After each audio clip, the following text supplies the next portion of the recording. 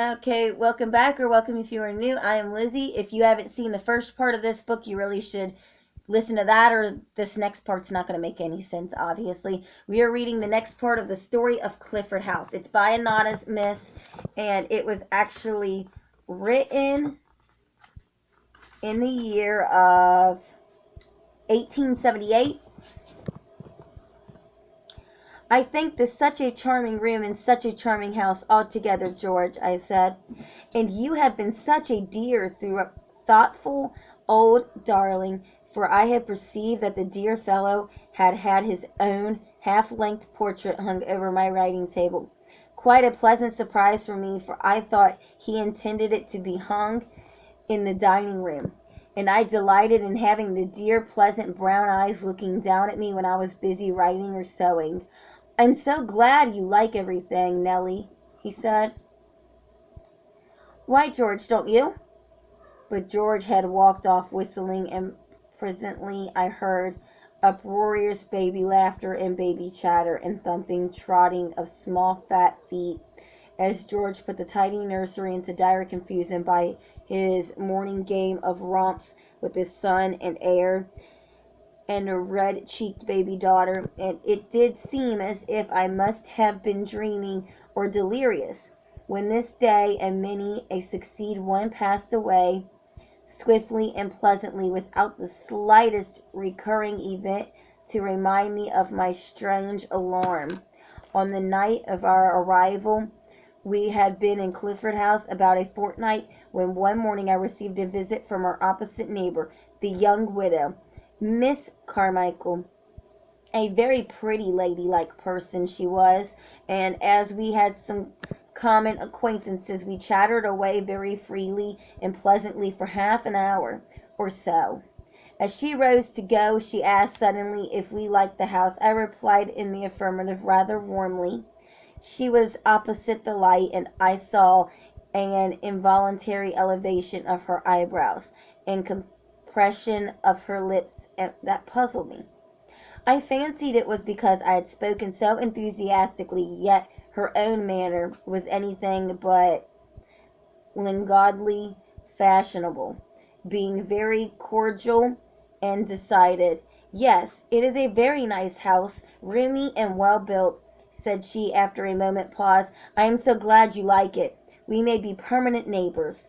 We went out to dinner at friend's house in Seymour Street that evening, and when we returned about 11:30, in spite of a yawning remonstrance from George, I tripped off softly to have a peep at my darlings before I went to bed. The nursery was a large, pleasant room at the end of the long corridor leading from our own apartments, and gently turning the handle and gathering my rustling silk dress around me, I opened the door and went in. There was the night lamp burning clearly, shining softly on the tiny cribs with the sweet, flushed infant faces, the long golden brown lashes lying on the dimpled apple-bottomed cheeks, the waxen hands and little rounded arms thrown above the tossed golden curls, and the heavenly calm of the little sleeping forms and pure,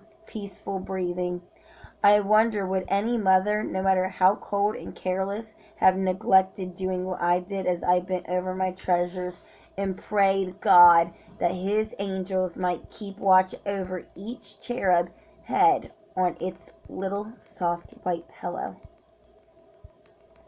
I had looked at and kissed them and turned to go, when I glanced towards the nurse's bed. "Are you not well, Mary? What is the matter?" I said in an anxious whisper. She was a very respectable and trustworthy servant, as well as being a kind, gentle creature with the little ones, and consequently highly valued by me. But her health was never very good, and she was subjected to severe attacks of nervous headache and sleeplessness. She was sitting up in bed, her hands grasping the bedclothes, her face and lips ashy white, and her eyes staring wildly as if they had start from their sockets. "Mary, good heavens, what is the matter?" I gasped. "Ma'am, oh mistress, I am dying!" And with a stifled cry the poor girl fell back on the pillow, her eyes still retaining their frenzied stare. It was but the work of a few moments to ring bells and summon the household, to dispatch the manservant for a doctor, and to have the sleeping children taken into my own bedchamber, while Harry and I administered restoratives and chafed the half-senseless girl's damp, cold hands. I could imagine no cause for her sudden illness, but the other servants were very voluble in exclamations and laments. But when the physician, a pale, kindly, grave-looking man, arrived after a moment's examination, he determined if she had been frightened. I replied in the negative, and was proceeding to describe to him the state in which I had found her, when I heard the housemaid and Harriet whispering energetically together. "She has—" "Hush! I know she has. What is it? Speak out at once, my good girl," said the doctor sternly to the housemaid. "You know something of this?" Both servants looked apprehensively at me and at George, speaking up at once. "Margaret, the girl's life may depend on it. Tell the truth, my girl, and don't be afraid," said her master kindly but firmly. "I don't know nothing, sir, indeed. No, ma'am," said Margaret confusedly. "But I think, ma'am, she's seen the ghost, sir." "The what?" cried George angrily. "She have, sir," persisted Margaret eagerly. "Now that her confession was made, we're all afraid, sir. But she's been worser nor the rest of us. And she says to me only this morning, 'Margaret,' she says, 'if I see it, I'll die.'" "What ghost, you fool?" cried George more angrily. "A pretty set you are. Great grown men and women afraid of some boggy story you have heard when you were gossiping with the servants on the terrace, I suppose." "No, indeed, sir," said Margaret, "I wasn't gossiping, sir, but the parlour maid over the way, sir, Miss Carmichael's parlour maid, ma'am, she told me that there was something—" "I thought so," interrupted George. "You ought to be ashamed of yourselves, not to have an ounce of brains among you." "But, sir," Margaret burst out again, unheeding her master's rather uncomplimentary phrenological phrenological I cannot talk today phrenological verdict, "we didn't mind, sir, though we was a bit frightened until we seen it, sir. The butler see it, and he ran, and cook ran." "And you ran after them?" said George with an indignant laugh. "I did, sir, for I saw it too. A big woman with fair hair all over her shoulders," said Margaret, in an awestruck whisper on Harriet, who nodded her head. The doctor looked up gravely and without a smile. The servants clustered together near the door and muttered in undertones. George looked at me with a forced smile, which died away in an instant. "You are not so foolish as to credit any of this nonsense, Helen," he said. The servants all turned eagerly to hear their mistress's opinion. I am afraid it was written in my pallid face. Was it true? Was it what I had seen? Could there be any reality in this? That here in our pleasant, happy home, here beneath the roof with our helpless little ones, was a dreadful, unblessed presence, a shadowy horror, that thing with the watchful, cruel eyes had not been a mere vision of imagination, the mere offspring of an active brain and the unstrung nerves of an overtired frame. "Oh, they imagined something from the stories they heard, I dare say," I faltered. The butler shook his head solemnly. "I could swear to it, ma'am." "And so could I, ma'am," chorused the cook and housemaid. "Hush," said the doctor, as the nurse roused at length from her stupor. Lay quietly, with closed eyes from which the tears streamed down her face. "Someone must sit up with her now," said the doctor, looking around. "I will, sir, if my mistress allows me," said Harriet. So far, apparently,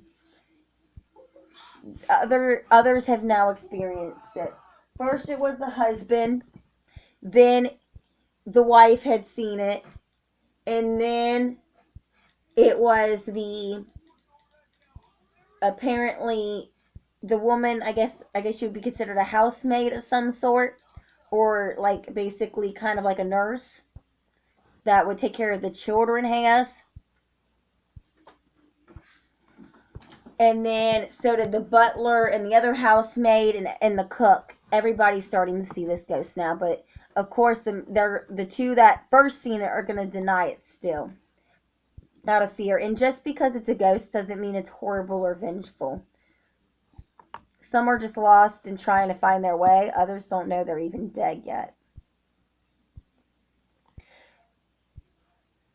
Certainly, Harriet said, I at once. He communicated his instructions to her and took his leave, promising to call in the morning. Did you ever hear anything like this folly, Doctor? Said George as he shook hands with him at the head of the stairs. Oh, yes, sir, I often hear such stories, said the doctor quietly as he bade us both good night. George, what has frightened the girl? What has she seen? I whispered, clasping my husband's arm. Nellie, go to bed and don't be a goose, was George's reply. George, I saw that thing, that woman in my dressing room, I said, trembling. And oh, think if the children were to see it and be frightened like poor Mary.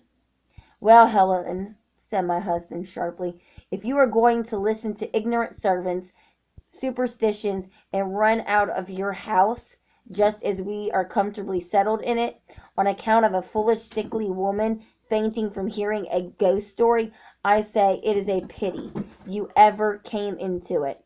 Stop! He spoke very decidedly and sternly, and yet I felt in my inmost heart that he uttered that he wished me to believe not what he believed himself. I said no more, but went to my bedroom, not into the dreaded dressing room, and lay awake listening to the fevered with and listen the and lay awake listening and fevered with nervous anxiety until the morning dawned. The nurse was better and able to speak next day, though extremely weak and unnerved yet. The doctor forbade much questioning, and all that could be got from her at intervals was that something had come up the staircase and ran through the corridor, that she heard struggling and scuffling outside, and then the nursery door opened and she saw a woman's face peering in, the eyes gleaming wickedly at her, and it had yellow hair that belonged to the ghost. The woman has had a bad fit of nightmares. That is all, Helen, said George, rattling his paper unconcernedly. When I repeated to him the story I had just heard from poor Mary's trembling lips, it might be so, but why were they all agreed as to what they had seen? Why did they all speak of the tangled fair hair and the wicked gleaming eyes? Was our house haunted? Was this the mysterious cause of the exceedingly moderate rent and the house agent's profuse civility?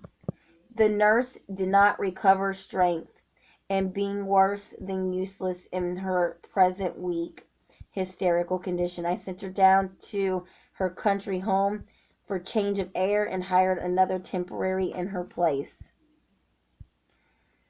The newcomer was a stout, small, cheerful woman of about 40. I liked her face in the moment I saw her, for beside its smiling, honest expression, there was a good deal of decided character in the large, firm features. You appear to be a sensible person, I said, when giving her her first instructions in the nursery, and I think I can rely on you. You know my nurse is leaving because of illness, and that illness was caused by her being frightened by a ghost story. I paused, but the woman remained unmoved, listening to me in a respectful silence. The servants downstairs have got some nonsense of the kind into their heads, I went on. They will try to frighten you too, and tell you they have seen. I could not go on. For my life I had not calmly give her the description of that shadowy image of fear. They cannot frighten me, ma'am, said new nurse quietly. I am not afraid of spirits. I thought she spoke in jest and smiled. I am not indeed, ma'am, she repeated. I had lived where there were such things seen, and they never harmed me. You don't seem to say you believe such nonsense, said I, hypocritically trying to speak carelessly. Oh, yes, ma'am, I do. I cannot disbelieve it, said the nurse, opening her eyes with earnestness. I know the story of this house, ma'am. What story? I cried. The woman colored and looked confused. I beg your pardon, ma'am. I mean, what people say is seen here. What do they say? Do not frighten me, I said, and my voice quivered in spite of me. I have heard nothing but what the servants said. The nurse looked deeply concerned. I am very stupid, ma'am. I beg your pardon for repeating such stories to you. I dare say it is only idle people's gossip. She went about her duties, and I went not into my dressing room, but down into the drawing room, where I sat by the window looking out until my husband returned. 2 or 3 weeks more passed away without any more alarms. The summer had deepened into the longest days and hottest sunshine. The gay season had reached and passed its meridian of wealth, beauty, luxury, extravagance, success, misery, hopes, and disappointments. I had enjoyed it very much at first, but I soon wearied of it as my bodily strength weakened in the ordeal of constant excitement, late hours, hot rooms, heavy perfumed atmosphere, ices, and diaphanous ball dresses. Poor maid Marian, George said. She is pining for her green wild woods. However, by following the doctor's advice, the same whom he had summoned the night of the nurse's illness, and whom we both liked very much, and living more quietly, I was able to enjoy quiet entertainments and my favorite operas very fairly, although my red brunette cheeks had faded dismally. Quit! These two cats are so psychotic. I am sorry. But we're going to stop there, and we will be back, and I'm going to handle these psychotic animals.